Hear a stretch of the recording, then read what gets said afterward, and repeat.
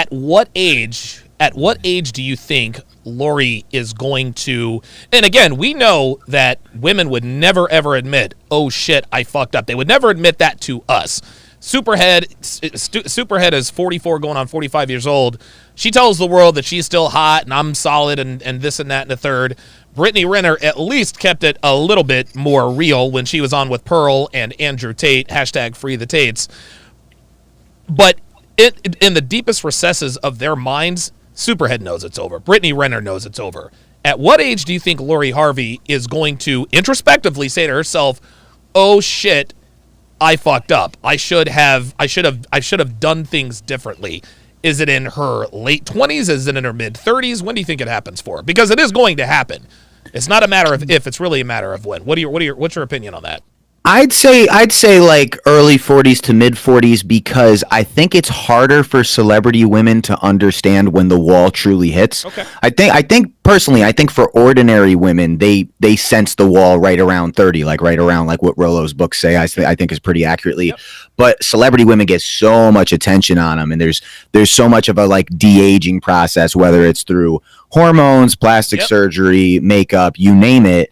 And they are still so celebrated so late in their life, once their youth is gone, even when their looks start to fade. And then there's the whole celebration of being single at whatever age. If you notice when you go into the clip, and I think you might have downloaded it yourself, there's this big focus on celebrating being single. So she's hot off of dumps Future, dumps Michael B. Jordan. There's two high value men right there.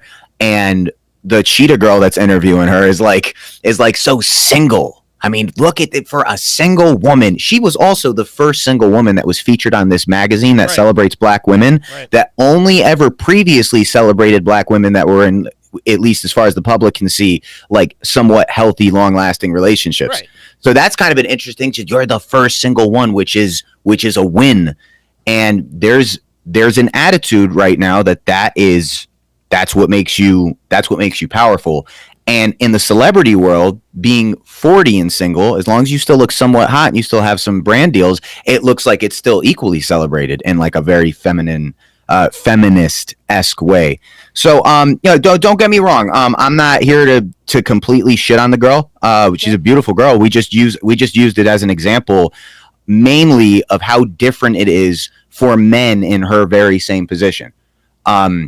And it's a complex that it only relates to men. So any man in her position is what Rocky points out in this clip. Their life is fucked. Like we were like, look at the Kardashians, the girls versus the one male Kardashian. Right. Nobody cares about him. Right.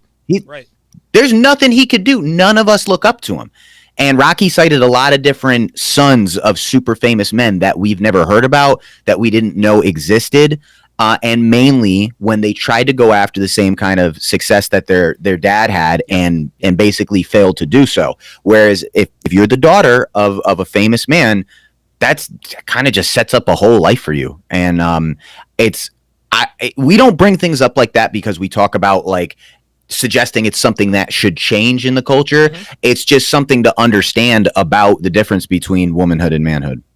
Last question for real this time. No, you're good. Yeah. A lot of guys in the chat are like, oh my God, she's going to, 31, 28, 29, 32. They're like, dang, that's late. And of course, Dr. B84 says by 45 or 50, it's super game over. And I would agree with you, but you also made the point.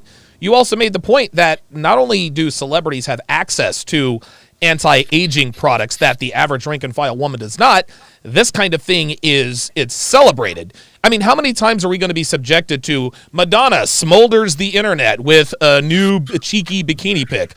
Like, dude, the bitch is 97 years old and she's still trying to be sexy. So being a celebrity absolutely makes women even more delusional about the wall. So you really do believe that Lori Harvey is not going to finally admit to herself that she fucked up until she is in her 40s? Around there, I think, and let's just call it what it is. Madonna's a white woman. Black women tend to age a little bit more gracefully. Yep. I mean, Madonna's, it's not like you haven't seen black women go OD with surgery and everything, but not every girl does what Lil' Kim did. I don't know why she did that. She looks insane. Jesus Christ, looks like a clown. Yeah, no. So Lori Harvey is a beautiful girl. There's a possibility that she's going to age like an Angela Bassett or so.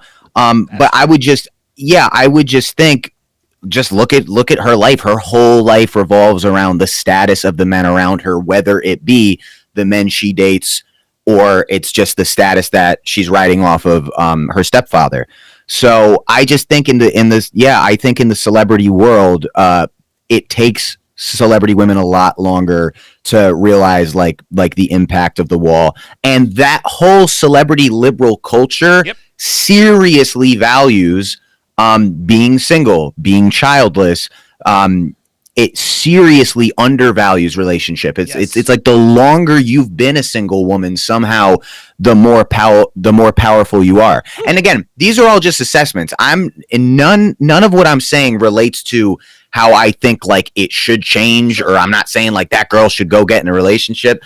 The main thing for me though is just that like I just think Michael B. Jordan he's directing the latest Creed. He's taken creme de la creme. It doesn't get any better than that. It really doesn't get any better than that. And there's just something I can honestly say rubs me the wrong way when I see a woman who's really not accomplished anything, just because she's good looking and famous for being somebody's kid, to see her publicly devalue a man who built himself up from nothing to being like the star of 2 franchises at 36. Whew, wow. I just don't. And personally, not like I'm suggesting there should be some big narrative change. The world is what it is, and I'm just commenting on it. Okay. But I think that sends a crazy message to women. I just think it's like a crazy message to undervalue men of such status, and such accomplishment and integrity. I mentioned on the stream that Michael B. Jordan is in the background of so many movies from the early 2000s, and you never know. Yeah, you never noticed him because he was just paying his dues, and now he's the star of 2 major franchises and considered to be basically the sexiest man in Hollywood right now. And I just don't think there's anything cool about that kind of like, yeah, is what it is, like fucking, dudes ain't shit kind of mentality, especially when we're talking about cats like Michael B. Jordan. I just have a lot of respect for Michael B. Jordan. Yeah, well, I think what this goes to show is that women, celebrities and regular women, they have a false sense of abundance. My guess is that if Lori Harvey really and truly understood that men like Michael B. Jordan don't come along all the time, then I think that her mindset maybe would be different. But just like the average rank and file woman, we hear him say this stuff on podcast all the time. We hear it on Fresh and Fit. We hear it on Just Burly Things. We hear it on the Saucecast.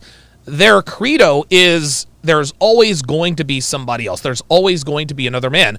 Lori Harvey, like most average women, she thinks that high value men are just going to, it's just going to be a complete, she thinks that there's always going to be another Future. There's always going to be another Drake. There's always going to be another Jay-Z. But what she doesn't realize is that when she gets to a certain age, these men are not going to want to mess with her anymore. And this is what gets, regular women in trouble.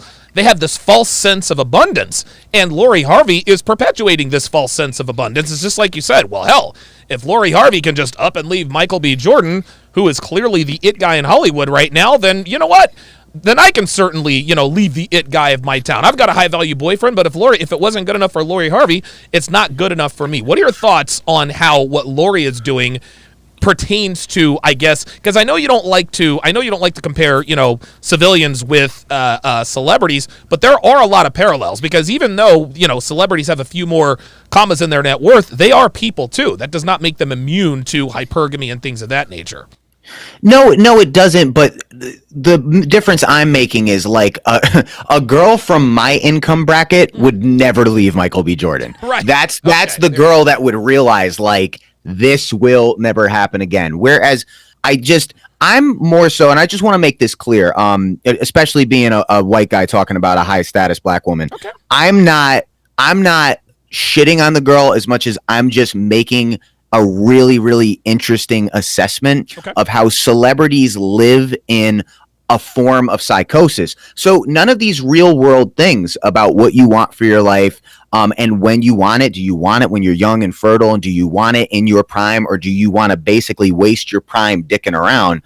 That's kind of the assessment I'm making about a girl like her, because I truly think she lives in a realm of psychosis where the celebrity world is just a playground for her to sample high status men, pick them up and put them down. And at the end of every one of those relationships is a magazine waiting for her. It's a brand waiting for her. So it's probably impossible for her to separate relationships, her image, and her business. It's also probably impossible for her to even have the idea that like a relationship falling apart, much less a relationship falling apart with a high status man, is a bad thing when there's press waiting at the end of it, when there's deals waiting at the end of it, when there's new opportunity waiting at the end of it. The fact that you could be famous for a marriage that fell apart and it can make you the star of a reality show, like it just adds on the pile of why it's no big deal for like a woman to have a failed marriage.